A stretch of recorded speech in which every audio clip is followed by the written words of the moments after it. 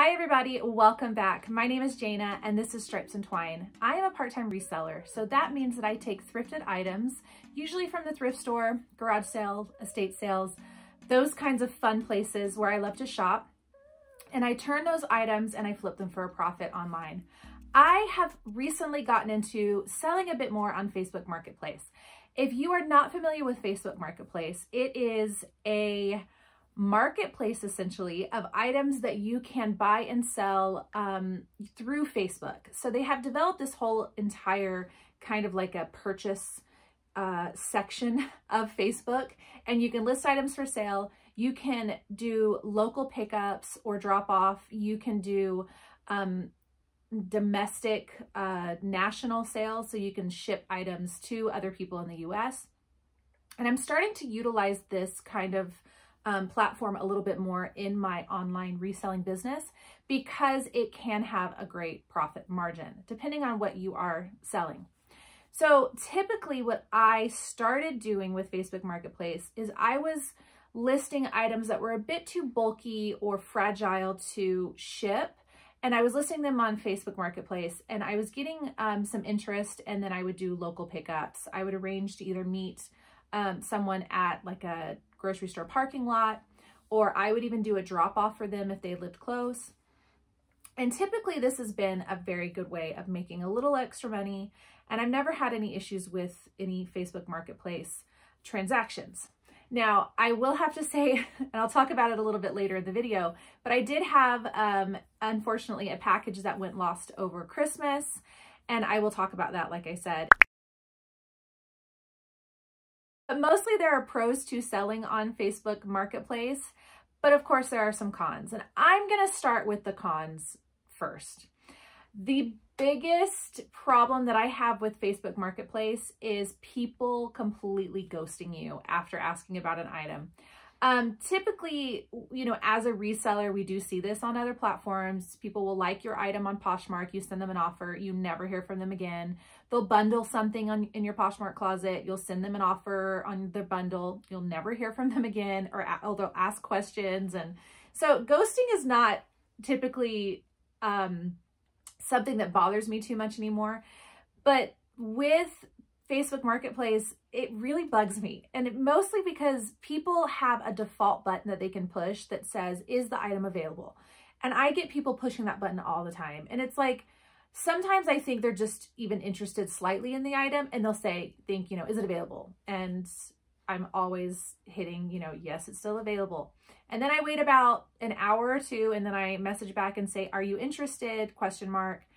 And 9 times out of 10, they never, you know, answer back. Another con that goes along with those same lines is you are able to send, as a buyer, an offer to a Facebook seller. The problem with this is that it is not binding in any way. So I've had people who have offered me, you know, a certain price on an item, say that I have it listed for 25, and they offer me 20, and I accept that offer. I could never hear from them again, because these kinds of offers are not binding. They don't have, you know, it's not a guarantee that it's a sale, and it's not a 100% that they had to purchase the item when they sent that offer. So those are probably the 2 biggest cons that I have about Facebook Marketplace. One of the biggest pros I have is that you can set up local pickups. You don't have to box up or ship the items.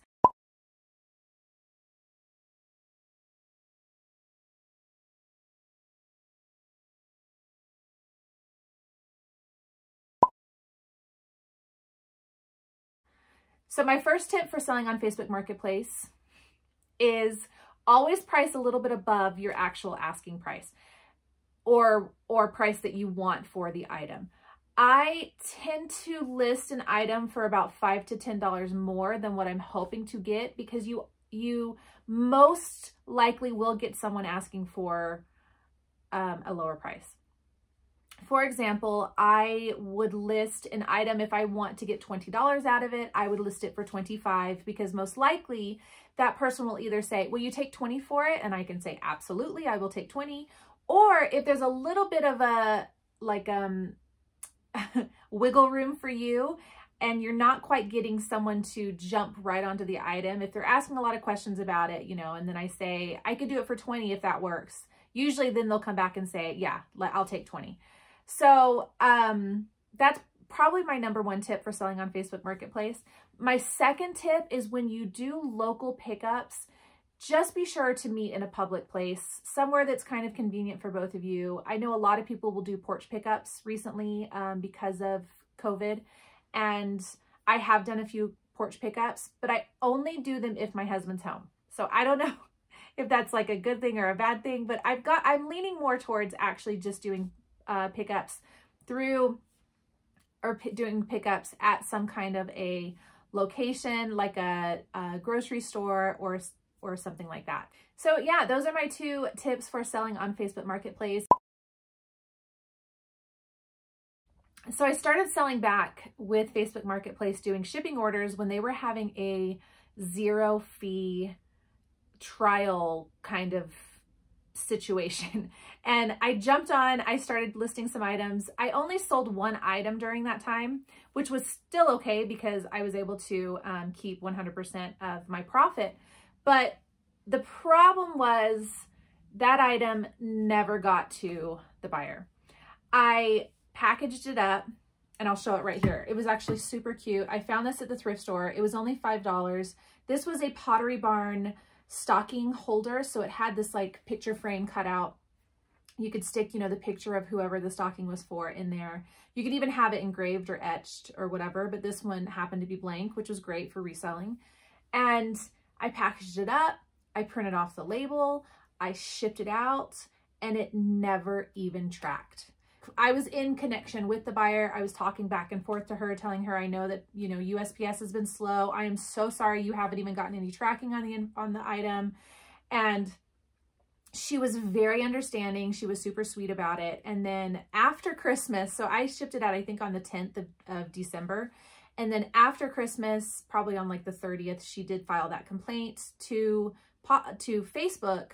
After I had told her to go ahead and do so. I was like, you know what? I have nothing to do with the item now that it's supposed to be in transit. I am so sorry. I put in an inquiry to the USPS, never got an answer back. Or I guess they said that they hadn't gotten any shipping information, which was a bummer.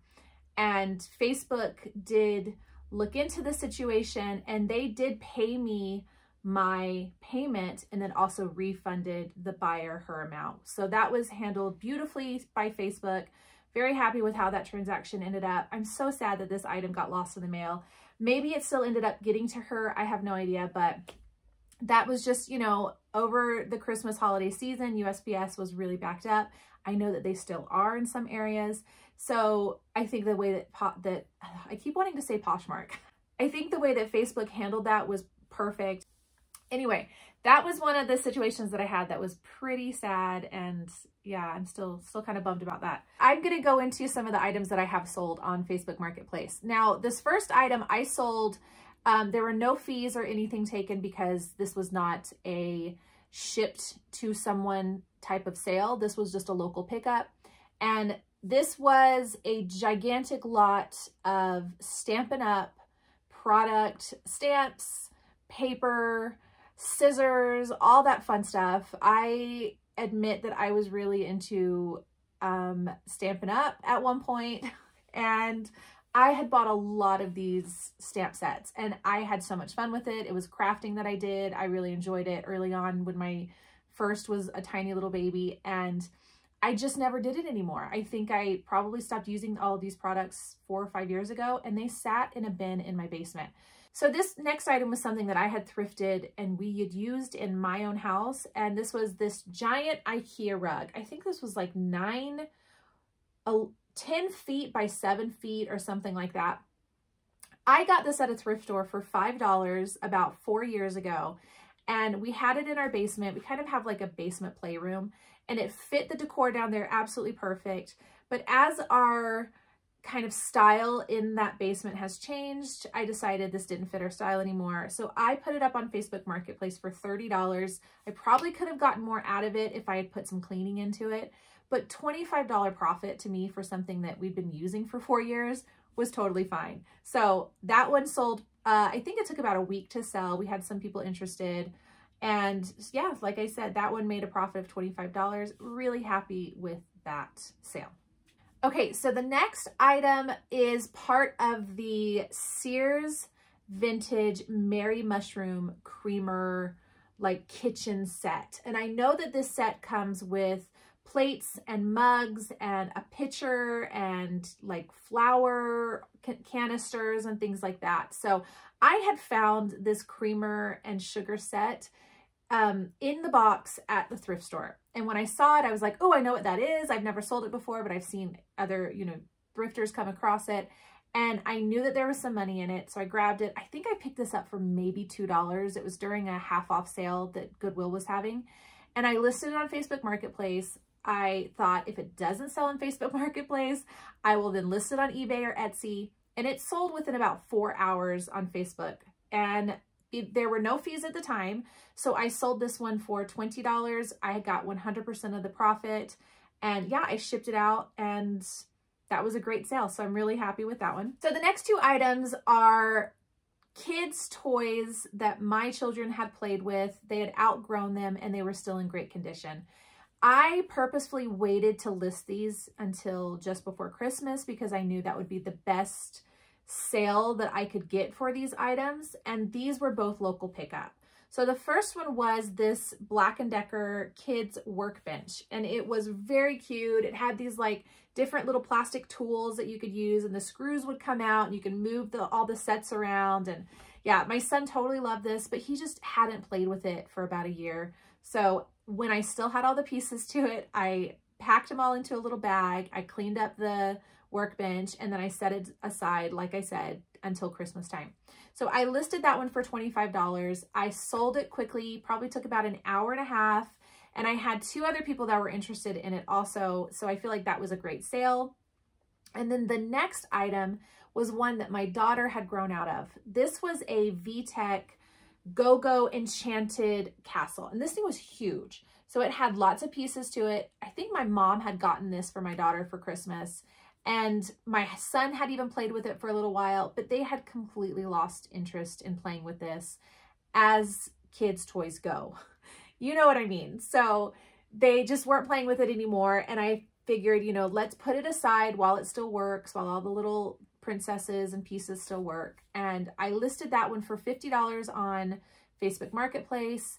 About a day and a half later, someone came in and said, you know, I've got 45 in cash. Can I come pick it up now? And I said, absolutely. So that one sold for $45, and that one was also local pickup. So because it didn't ship, that was a 100% profit to me.